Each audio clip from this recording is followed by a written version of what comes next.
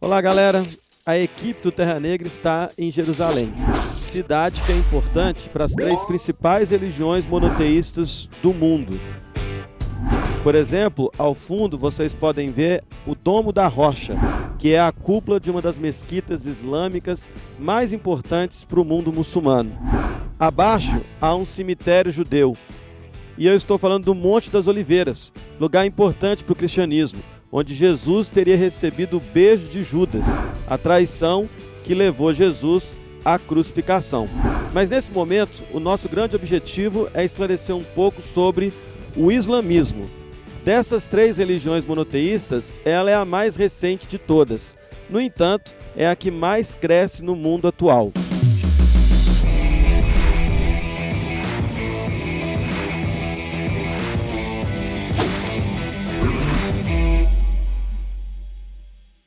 Jerusalém é a terceira cidade mais importante para o Islã.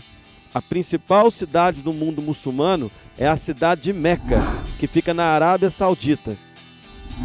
Porque foi lá que, segundo a tradição, no ano de 622, mais ou menos, no século VII, Maomé teria fundado o islamismo. O Maomé teria recebido uma revelação do arcanjo Gabriel.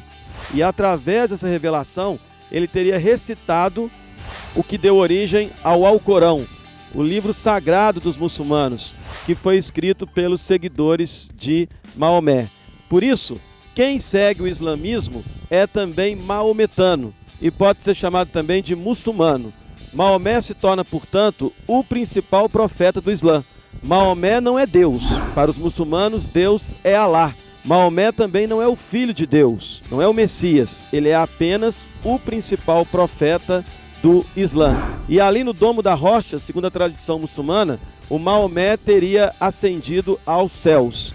Em princípio, a religião muçulmana não foi muito bem vista pela população de Meca, e Maomé teve que fugir de Meca com os seus seguidores para Medina, que é outra cidade da Arábia Saudita, e essa peregrinação é chamada de hégira. Tem que ser feita por todo muçulmano, pelo menos uma vez na vida, desde que esse muçulmano tenha condições físicas e financeiras para fazer essa viagem. Em Medina, Maomé formou um exército e depois ele conquistou Meca. E a partir de Meca, Maomé iniciou a formação do Império Árabe Muçulmano. Esse império dominou em um século toda a região do Oriente Médio, chegou a dominar, por exemplo, a antiga Pérsia, que hoje é o Irã, chegou a dominar uma pequena porção do território indiano. E posteriormente o Império Árabe dominou praticamente todo o norte da África e inclusive a Península Ibérica, onde hoje estão Portugal e Espanha. Então no século VIII o Império Árabe estava no seu auge. E essa expansão geográfica acabou levando também a uma enorme diversificação do Islã. E aí pessoal, tudo bem? O mundo islâmico é bem maior que o mundo árabe. O mundo islâmico se compõe de várias partes, bem extenso.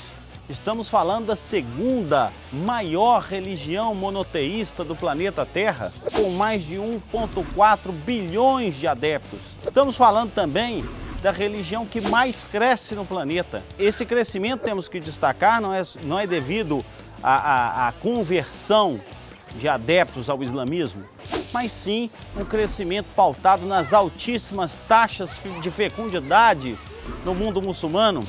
Temos que lembrar que a questão da própria natalidade, da própria fecundidade, tem uma outra visão cultural nesse mundo muçulmano. É dessa religião que estamos falando. E muitos pensariam que o Oriente Médio é o grande centro desse mundo muçulmano, onde nós teríamos a maior população muçulmana do planeta Terra. Mas isso está errado. A maior população do planeta Terra estaria no sul da Ásia. Países como o Paquistão, a própria Índia, tem praticamente 300 milhões de muçulmanos em seu território.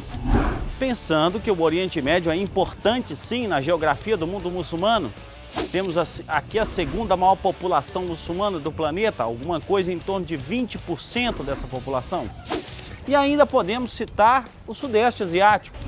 Lembrando da Indonésia, o país que abriga a maior população muçulmana do planeta, com aproximadamente 13%, só a Indonésia, 13% da população muçulmana.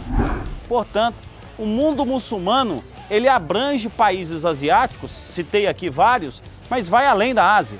Ele também percorre o norte da África, Marrocos, Tunísia, Argélia, Egito, são países que compõem o mundo muçulmano, mas também compõem o mundo árabe, junto com vários países do Oriente Médio. Além do norte da África, temos que lembrar países muçulmanos na própria Europa, países como a Bósnia e Herzegovina, no leste europeu, por exemplo, e ainda uma grande comunidade muçulmana na América, não para de crescer. O próprio Brasil, segundo o censo do IBGE, nós temos aproximadamente 1 milhão de muçulmanos em território brasileiro. Portanto, estamos falando de uma religião que tem muita influência e muita importância. Dentro desta grande religião monoteísta, nós temos a principal ramificação entre sunitas e xiitas. Lembrando que os sunitas compõem maioria do mundo muçulmano, com aproximadamente 85%, e os xiitas compondo uma minoria de aproximadamente 15%. É importante destacar que essa ramificação vem lá nas origens, na questão da morte de Maomé, quando dois grupos se dividem. Um grupo discutindo exatamente que essa sucessão deveria vir da família de Maomé e que gera o tronco xiita.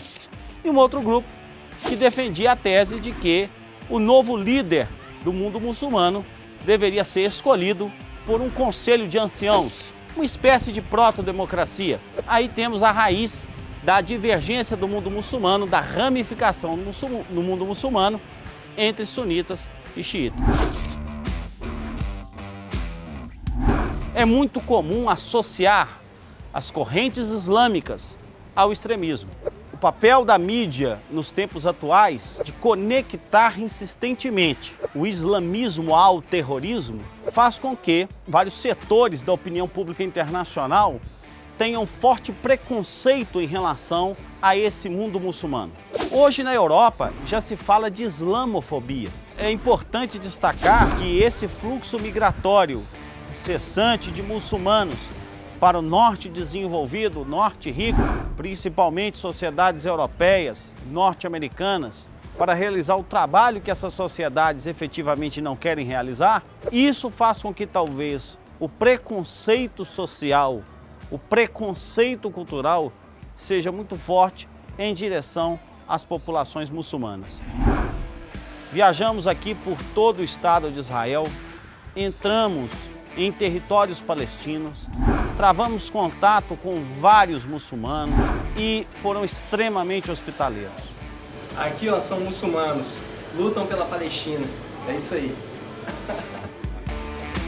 Thank you, Mr. Entramos em territórios que muitas vezes poderiam ser classificados como perigosos e fomos muito bem tratados.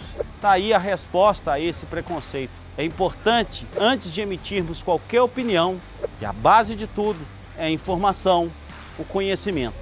E a partir do momento que conhecemos e nos informamos, vamos destruindo os estigmas e os rótulos.